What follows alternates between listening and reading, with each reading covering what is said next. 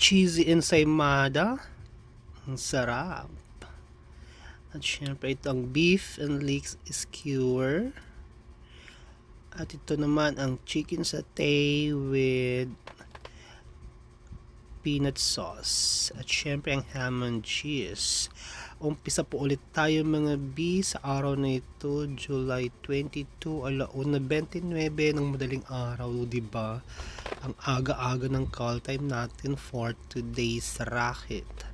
Syempre, another day, another racket. Sobrang aga kaya wala pang MRT mga B.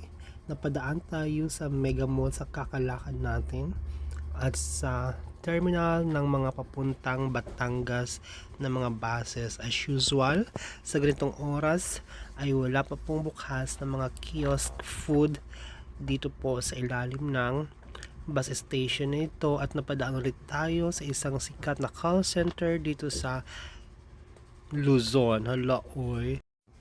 Pagkababa po natin sa carousel bus, diretso po tayo.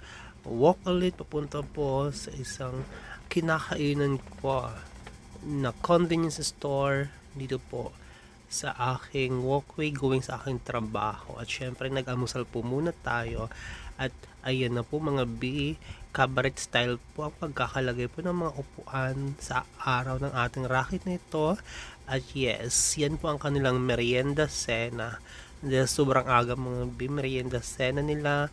Tulad ng sinabi ko kanina, yan po ay beef and legs skewer, yan po ay chicken satay with peanut sauce, at yan po ang sandwiches which is ham and cheese, at syempre yung masarap na beef and cheese rigatoni pasta. Hello, oy.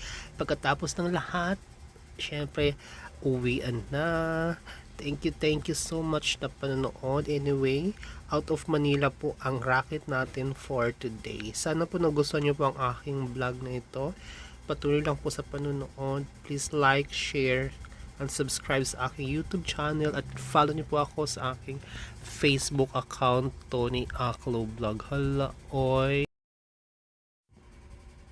Ganito talaga ang senaryo ng isang banquet caterer. Yes, madaling araw kami kina-call time kasi nga po ang service time namin ay AM snack.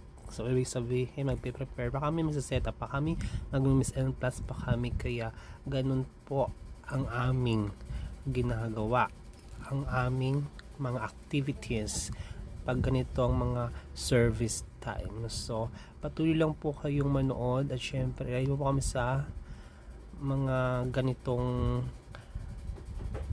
mga eksena. Sana po nagustuhan nyo po, at syempre huwag nyo pong kalimutan, tulad ng sinabi ko, mag-subscribe po kayo sa aking YouTube channel, Tony Aklo Vlog. Thank you so much, at follow nyo po ako sa aking Facebook account, Tony Aklo Vlog. Maraming salamat po muli. Thank you.